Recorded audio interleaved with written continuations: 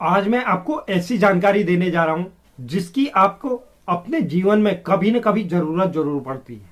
यह ऐसी 7 बातें हैं, चाहे कोई भी व्यक्ति हो, उसे अपने संपूर्ण जीवन काल के दौरान इसमें से कोई ना कोई एक बात जरूर किसी जानकार व्यक्ति से पूछनी पड़ती है, क्योंकि यह जो बातें हैं यह व्यक्ति के जीवन में अहम भूमिका निभाती है।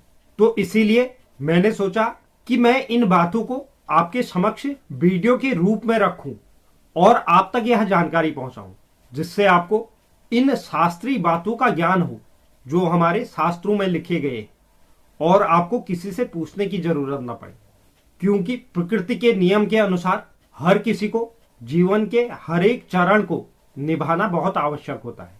चाहे ब्रह्मचर्य हो या गृहस्थ जीवन हो, इसमें से व्यक्ति को गुजरना पड़ता है और इसी समय अवधि में व्यक्ति को अपनी संतान के लिए कुछ बातों का ज्ञान होना अति आवश्यक होता है। तो आपके जीवन में आगे आने वाले समय में इन बातों की आपको बहुत जरूरत पड़ेगी, तो आप अभी से यह बातें जान लीजिए। तो इन 7 बातों को जानने से पहले अगर कोई दर्शक मेरे चैनल पर नए हैं तो चैनल को आप जरूर सब्सक्राइब कीजिए, साथ ही साथ बेल नोटिफिकेशन भी ऑन कर लीजिए, जिससे चैनल पर अपलोड होने वाली हर एक वीडियो का नोटिफिकेशन आपके पास सबसे पहले पहुंचे। और आप वीडियो को लाइक और शेयर भी जरूर करें। तो चलिए शुरुआत करते हैं और जानते हैं व्यक्ति के जीवन से जुड़ी हुई 7 बातें। कुछ ऐसी स्थितियां बन जाती हैं जिसमें व्यक्ति एक ही साल में अपने दोनों संतानों का विवाह कर देता है। कई बार ऐसा होता है कि व्यक्ति की 2 संतानें होती हैं, जिसमें एक लड़का और एक लड़की होती है।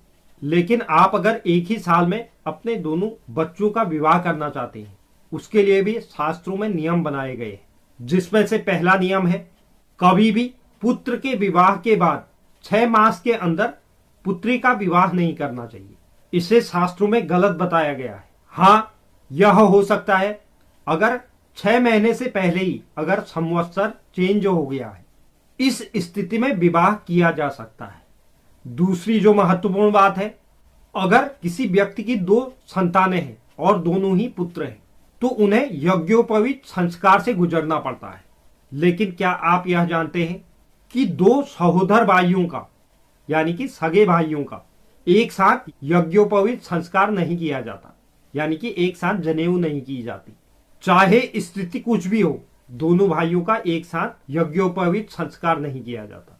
जबकि अगर भाई जुड़वा है या सौतेले हैं, तब जाके इस स्थिति में यज्ञोपवीत संस्कार एक साथ हो सकता है। तीसरा जो शास्त्रों में नियम बताया गया है, 2 सगे भाइयों का विवाह 2 सगी बहनों के साथ नहीं करना चाहिए। चौथा जो नियम है, यज्ञोपवीत संस्कार अपने ही घर में ग्रह याग पूर्वक करवाना चाहिए। किसी भी तीर्थ, मंदिर या अन्य जगहों पर आपत्ति काल की स्थिति में ही किया जा सकता है। पांचवा जो शास्त्र में नियम बताया गया है, 2 सगे भाइयों, 2 सगे भाई बहनों या 2 सगी बहनों का मांगलिक संस्कार 1 वर्ष के भीतर में नहीं करना चाहिए। हालांकि 1 वर्ष से पूर्व अगर संवत्सर परिवर्तित हो जाता है तो इस स्थिति में यह निषेध नहीं माना गया है। छठा जो नियम है, एक ही गृह और एक ही वेदी व मंडप पर एक ही परिवार के एक ही दिन व एक ही मुहूर्त पर 2 विवाह करना वर्जित माना गया है। यह शास्त्रों के अनुसार निषिद्ध है। शास्त्रों का अंतिम 7वां जो नियम है, ज्येष्ठ कन्या या ज्येष्ठ वर का विवाह ज्येष्ठ मास में वर्जित माना गया है।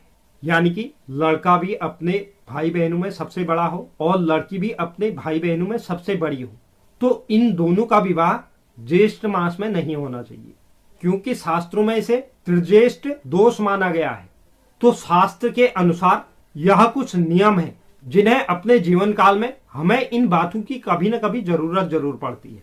तो इसलिए यह वीडियो आपके समक्ष रखने का मेरा मुख्य मकसद यही था कि आपको भी यह जानकारी प्राप्त हो।